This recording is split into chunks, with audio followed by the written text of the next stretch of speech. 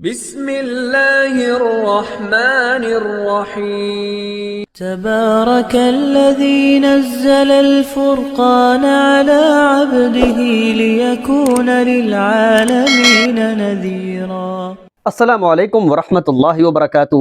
میرا نام ہے قاری ابو بکر حیات اور ایک مرتبہ پھر اپنے چینل کے اوپر آپ کو خوش آمدید کہتا ہوں۔ تقریباً رمضان المبارک کے اندر تراویح پڑھانے والوں کے لیے ہر ٹاپک کے اوپر ویڈیو بنا چکا ہوں۔ منزل کو یاد کرنے کا طریقہ کار کیا ہوتا ہے، تراویح کے اندر منزل کو کیسے پڑھنا چاہیے، گلے کو کنٹرول کیسے کرتے ہیں، اور اس کے اوپر تقریباً مختلف بڑے بڑے قراء حضرات کے انٹرویو لے کر وہ بھی میں اپلوڈ کر چکا ہوں۔ آج میں آپ کے ساتھ ڈسکس کروں گا۔ اس سے پہلے ایک ویڈیو میں نے اپنے چینل کے اوپر اپلوڈ کی ہے۔ میرے کچھ دوستوں نے نیچے کمنٹ کیا، قاری صاحب تراویح پڑھانے سے پہلے خوف بہت زیادہ آتا ہے، ہمیں ڈر لگتا ہے، یہ خوف کیسے ختم کریں؟ آج میں اس پہ ڈسکس کروں گا، ٹھیک ہے؟ تراویح پڑھانے سے پہلے ڈر کو کیسے ختم کیا جائے، خوف کو طبیعت سے کیسے نکالا جائے۔ تو دیکھیں، ایک تو آپ کو میں برادرانہ آپ کو جو مشورہ دوں وہ یہ دوں کہ مغرب کی نماز کے بعد، مغرب کی نماز کے متصل بعد آدھے گھنٹے کے اندر آپ نے اپنی منزل کو دیکھ لینا ہے۔ بس جس وقت آدھے گھنٹے سے ٹائم پیارے بھائی زیادہ ہو جائے اس کے بعد قرآن کریم آپ نے کھولنا نہیں ہے، ٹھیک ہے؟ کچھ قراء حضرات کیا کرتے ہیں کہ حفاظ اکرام مغرب کے بعد وہ منزل یاد کرنا شروع کر دیتے ہیں ایک مرتبہ پھر، اور جب تک تراویح کھڑی نہیں ہوتی وہ تب تک رٹے مارتے رہتے ہیں یا تب تک اس کو دیکھتے رہتے ہیں۔ یاد رکھیے، منزل کو دیکھتے دیکھتے کبھی بھی مصلی کے اوپر جلوہ افروز نہیں ہونا ہوتا، بہت نقصان ہوتا ہے۔ جس وقت منزل کو یاد کرتے کرتے مصلی پہ آپ چڑھ جائیں گے، منزل کو دیکھتے دیکھتے آپ مصلی پہ روانہ ہو جائیں گے، تو ایسی منزل کے اندر شکوک و شبہات زیادہ ہوتے ہیں، شک بہت زیادہ ہوتا ہے۔ یار ابھی 2 منٹ پہلے میں نے کیا دیکھا تھا، یار وہ پچھلے صفحے میں کیا تھا، اگلے صفحے میں کیا تھا، یار قال ادع لنا تو پہلے صفحے میں آتا ہے نا، وَإِذْ قَالَ مُوسَىٰ لِقَوْمِهِ یا قوم اذکروا ادھر آتا ہے، وَإِذْ قَالَ مُوسَىٰ لِقَوْمِهِ اذْكُرُوا، یہ ابھی کیا دیکھا تھا، یہ دیکھیں یہ والا کام خراب ہو گیا نا۔ یہ منزل دیکھتے دیکھتے جب مصلی پہ چڑھتے ہیں غلطیاں بہت زیادہ آتی ہیں۔ مغرب کی نماز کے بعد آدھا گھنٹے کے اندر آدھا گھنٹہ بہت ٹائم ہے، آدھے گھنٹے کے اندر منزل یاد نہیں کرنی، اس کو دیکھنا ہے، زبان کو تالو کے ساتھ لگا کے اس منزل کو دیکھنا ہے، جو رکھتے ہیں وہ رکھتے بنانی ہے۔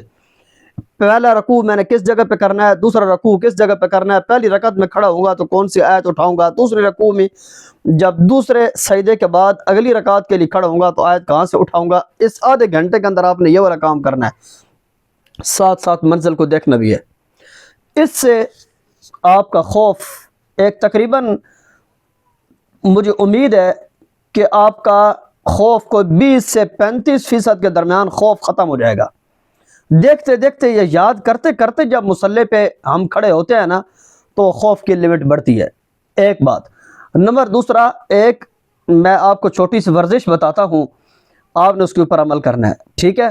آپ نے جب تراویح پڑھانی ہے تراویح ہمیشہ پڑھانے سے آپ نے 5 یا 10 منٹس پہلے آپ نے مصلی کے اوپر موجود ہونا ہے۔ بھاگتے بھاگتے موٹر سائیکل کھڑا کیا اور دوڑ کے مصلی پہ جا کے پہنچ گئے، اس سے دیکھیں دوڑنے کی وجہ سے پہلے ہی دل کی دھڑکن تھوڑی سی تیز ہوتی ہے، اوپر سے پھر تراویحوں کی منزل کا خوف ہوا اور اوپر سے میں نے تازی منزل دیکھ کے آئے ہو تو یہ سارے پریشر اکٹھے بڑھ جاتے ہیں تو ہمیشہ 10 منٹس پہلے مصلی پہ جا کے بیٹھنا ہے اور اس طرح ورزش کرنی ہے۔ مجھے بھی ہمیشہ جب تراویح پڑھانے سے پہلے خوف آتا ہے، میں اس کی پریکٹس کرتا ہوں۔ عالمی بڑے بڑے سٹیجوں پہ جب مقابلوں کے لیے جاتا ہوں، کسی جگہ پہ بھی مجھے خوف آتا ہے میں اس طرح پریکٹس کرتا ہوں، میں کامیاب ہو جاتا ہوں۔ آپ کو بھی دعوت فکر دے رہا ہوں کس طریقے کے ساتھ، دیکھیں ناک کے ذریعے سے سانس کو لینا ہے، ٹھیک ہے؟ دیکھیں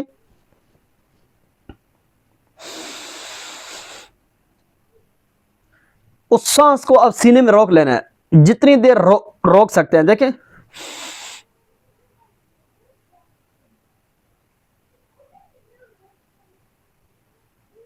اب میں نے روکا ہوا سانس، لیکن جس وقت آپ دیکھیں کہ پھٹنے لگا ہے تو پھر کیا کرنا ہے؟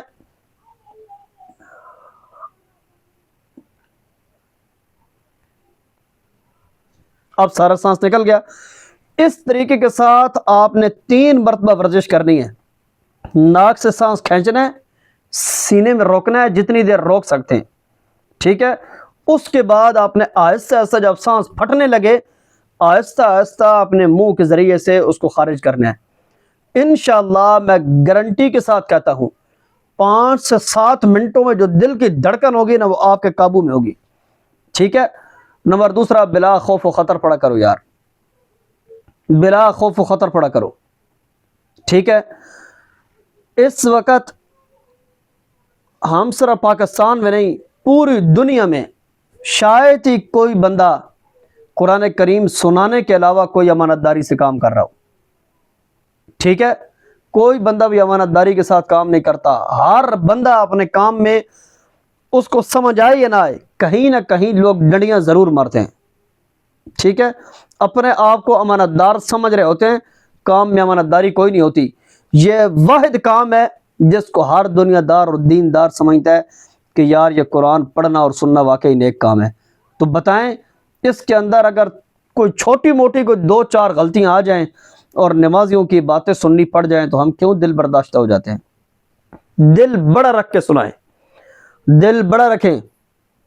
جس جگہ پہ بھی سنا رہے ہیں نا, میری ڈھیروں دعائیں ہیں اللہ تعالیٰ آپ کو کامیاب کرے.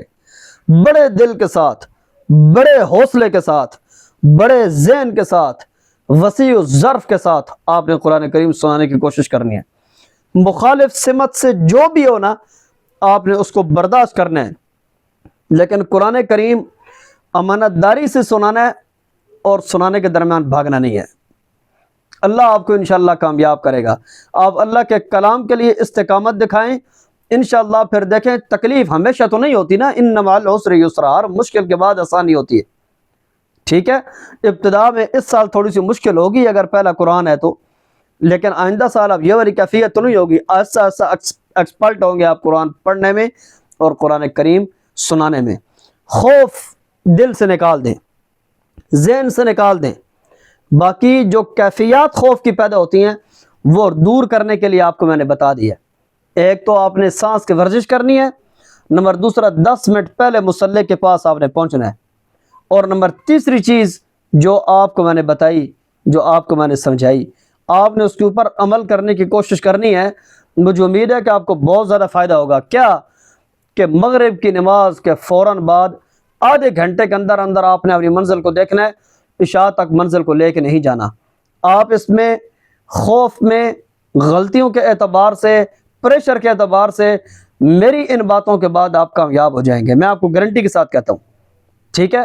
میں آپ کو یہ نہیں کہتا کہ قرآن سنا لیں اور بکر حیات کے اکاؤنٹ میں مٹھائی بھیج دیں, میں نہیں کہتا. مجھے پتہ ہے یہ ویڈیو بنائی میں کنجوس لوگوں کے لیے رہا ہوں. میں مٹھائی کے پیسے نہیں لوں گا, مٹھائی میں کھلا دوں گا. اگر آپ پہلی دفعہ قرآن سنا رہے ہیں نا, آپ کی مٹھائی میری طرف سے, لیکن آپ نے قرآن کریم سنانے کی پیاری بھائی ہمت کرنی ہے. اور جب ہمت کر کے پورا قرآن سنا لیں تو پھر بہت زیادہ معذرت کے ساتھ تھوڑی سی کوشش کر کے نا 2-4 لڑکوں کے پیسے مجھے بھی بھیج دیں. بالکل آپ کے مال میں کمی نہیں آئے گی. کنجوس ہو, اللہ تعالیٰ آپ سب لوگوں کو کامیاب کرے. اپنے مصلی کے اوپر جم کے آپ قرآن سنائیں. اللہ کرے کہ آپ ایسا تاریخی قرآن سنائیں.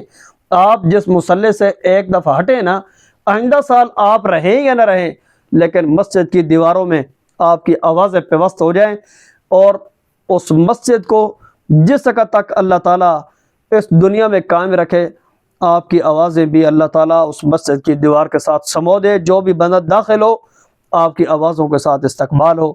اگلی ایک مفید ویڈیو تک کے لیے اپنے میزبان قاری ابوبکر حیات کو اجازت دیجیے.